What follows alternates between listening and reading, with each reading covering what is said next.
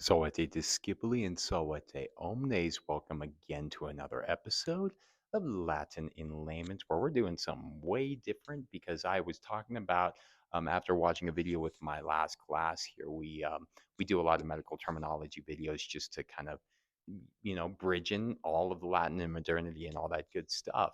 And what I also like to do is I shout out to Chubby Emu on YouTube. I found him a long time ago, and he actually is what spurred me to actually do my capstone research, bridging medical terminology in Latin language and Greek as well, back when I was doing my capstone for Latin. So, shout out to him from he basically taught me about EMIA, and from EMIA, bridged me into all of my etymological stuff from my Latin language. So, if you didn't know, now you know. That's where I actually started it off. And so, shout out to Chubby Emu. He's the homie G OG. I actually followed him initially because he's a powerlifter, but then I found that he's also this amazing toxicologist, pathologist, and all that good stuff. But he also takes these situations in extreme situations where people are doing silly, silly things. And in this case, this one guy drank 12 energy drinks in 10 minutes.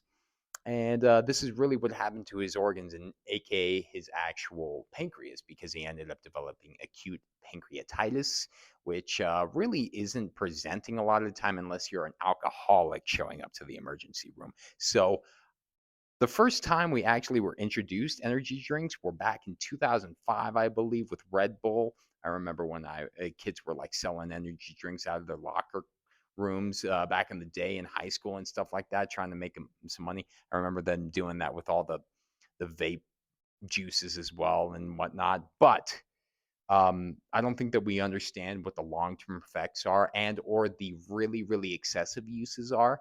And it also is a point for me to basically kind of touch back on.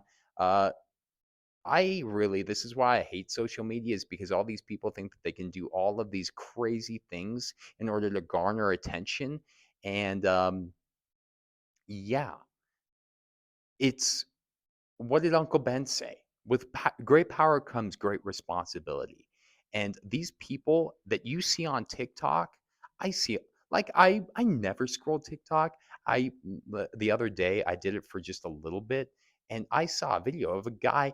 The video had over 300,000 likes on it, and the guy's just dancing around drinking a full bottle or a fifth of vodka or whatever.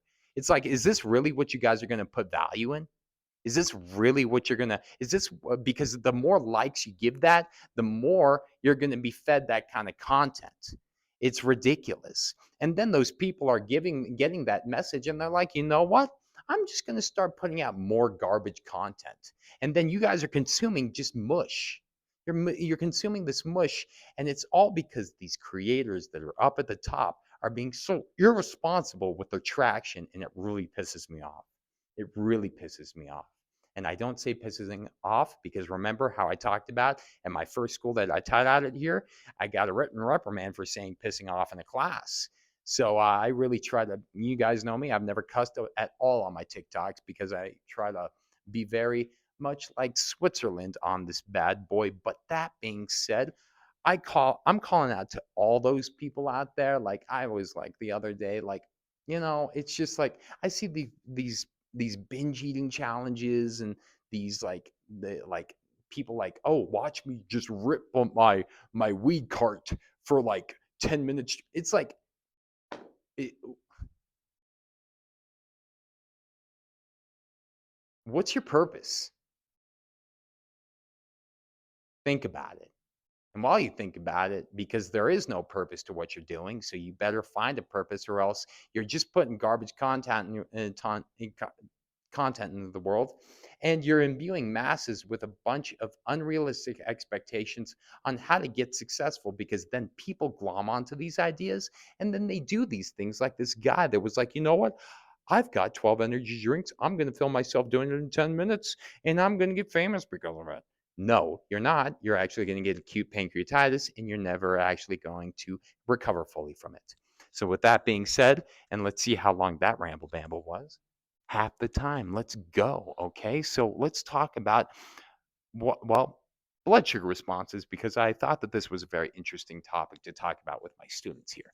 Because we have diabetes here. We have type 1, type 2, and gestational diabetes, right? Gestational happening during pregnancy, but then it kind of tapers off after the fact. Type 2, back in the day, was actually called adult onset diabetes, but oddly enough, now we can't call it that because we have a bunch of youths and adolescents that have type 2 diabetes now. So even though we called it back in the day in the literature, in the medical literature in the 70s and 80s, go back and look and see it and tell me if I'm wrong. I'm not. Sorry, not sorry. Used to be just adult onset diabetes. But how do you get type 2 diabetes? Well, you probably, if you don't have it, you are insulin sensitive because your insulin is doing exactly what it needs to do. Now, if you're insulin resistant, you're type 2 diabetic. And so this is really what happens. If you have a healthy response, a healthy blood sugar response, say, you know what, this is stripped down. Blood sugar, hyperglycemia, hyper high glyceme coming from the Glykys meaning or the Greek Glykys meaning glucose, aka sugar, EMIA presence in blood, high sugar presence in blood, hypo just the opposite, antithetical, low sugar presence in blood. What happens is this is when I eat. When I eat, my blood sugar starts to spike, starts to rise and rise and rise and rise, and it changes all the time depending on the food that you eat and the index that it has, the glycemic index. Then insulin mobilizes the units, brothers. And that is what in turn brings it back down to homeostasis. And then maybe you might deal with certain situations where you might go into a hypoglycemic response, where then like in my emergency response bag that I have for my students and all that stuff, I put some sugars and some sweet tarts and some dum dums for some immediate glucose to bump it right back up and get it back to baseline. Now, if you are type 2 diabetic, however, look at this. I have this really wonkety thing here, but why don't I go ahead? Well, I can't erase it, so I'm just going to do it with my hand. Sorry. All right. Sorry, hand. But when you're a type 2 diabetic, maybe you're just like, oh, hey, you know what? I'm going to have some sugar. And then insulin gets secreted and then it starts to come back down. And then you're like, no, no, no, no, I want more sugar. And then it comes back down again. And then you're like, oh, no, no, I want more sugar. And then I want more sugar. And then it's coming back down. And then insulin's fighting it. And you want more sugar. And then and then it comes back down. Blood sugar doesn't work like that. But comes to the point where it's like, wow, dude, you got to stop. I hate you. You've killed me because now you're in a hyperglycemic state. And that's why type 2 diabetics got to check their blood sugar and they got to prick their fingers and stuff like that, is because they have become insulin resistant and their insulin is resistant. It is resistant to you, it is resistant to all of the abuse that you've given it. So I don't know. I mean, I'm just kind of like, I thought that this would be a fun one. I'm probably going to do a word one right after this one, but this is also just how your body works.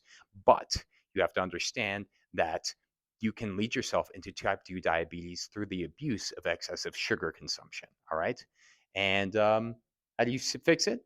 Well, you just allow your body to go through its natural processes and also not abuse it. All right. Because, it's kind of sad that we have now that I urge you guys to look back. It used to be called adult onset diabetes because it was only onset when you were an adult because adults typically had worse or it was diets that or e- eating habits that kind of were bad that kind of led into that. But we're starting to imbue more of our adolescents with bad eating behaviors and habits, and that is what's giving them type 2 diabetes at the ages of like 13 and 14 and stuff like that as well. So just wanted to kind of touch on this. And I also wanted to touch on the fact that social media influencers have such traction and they are so irresponsible with it. And I wish that that wouldn't be the case. But for some reason, we just value very, very odd things in this world. And I'm always going to be fighting the good fight, but I'm always going to be fighting resistance, I think. Thank you guys for being here. I love you all. I really do. You guys rock. I hope you learned something new.